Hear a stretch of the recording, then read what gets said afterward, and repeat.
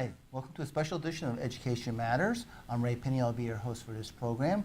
This is part of our series, Vaping 101 for parents and for school officials.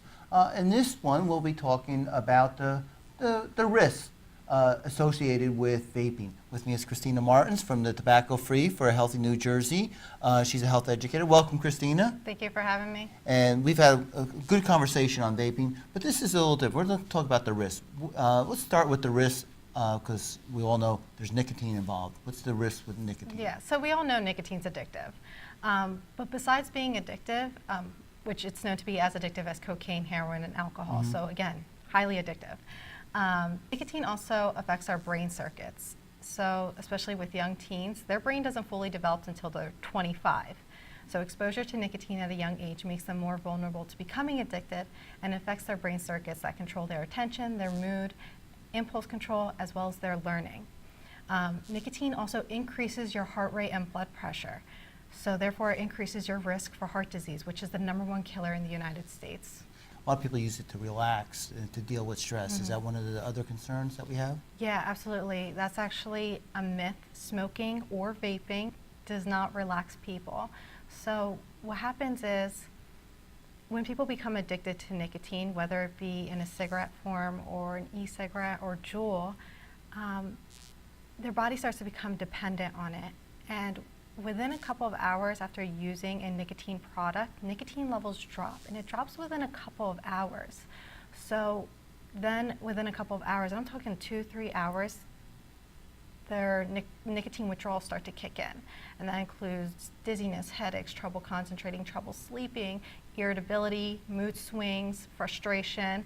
So if you think about it, some of those symptoms might feel like you're just stressed, but in all reality, it's just the withdrawal symptoms kicking in and your body craving and wanting the nicotine. And again, nicotine increases your heart rate and blood pressure. So if you're truly relaxed, should your heart rate and blood pressure be high? Some of these devices that they can use marijuana and or alcohol inserted into these, and that's a different danger, I guess. Yeah, that's another huge concern is like, well, what exactly is in these products? Is it nicotine or is it THC? One study found that 1 out of 11 middle and high school students have vaped cannabis in the United States. Another survey from the Truth Initiative, specifically regarding Juul, found that 1 in 3 teen Juul users use the device to vape THC. And then I heard of something with the flavoring that they sometimes have. There's a concern with something, and you can probably explain better to me, popcorn lung? Okay, popcorn lung, yes. So again, there's so many flavors out there, so you need different chemicals to create that smell and taste. And one chemical in particular called diacetyl or diactyl, depending how you want to pronounce it, has been known to cause popcorn lung. So diacetyl was a chemical used in microwave popcorn. And again, we eat microwave popcorn. It's okay because it goes through our digestive system, so we process it. However, the employees that worked at these popcorn factories, they were exposed to diacetyl every day, breathing in the same air and dust and fumes, and over time, they started to develop respiratory problems such as wheezing, coughing, and shortness of breath, ultimately making it very difficult to breathe. So what is popcorn lung? What does it do to your lungs? It scars the smallest airways of your lungs, making it very difficult to breathe. And depending how severe it is, there is no cure for it. So once you have it, it's with you for the rest of your life.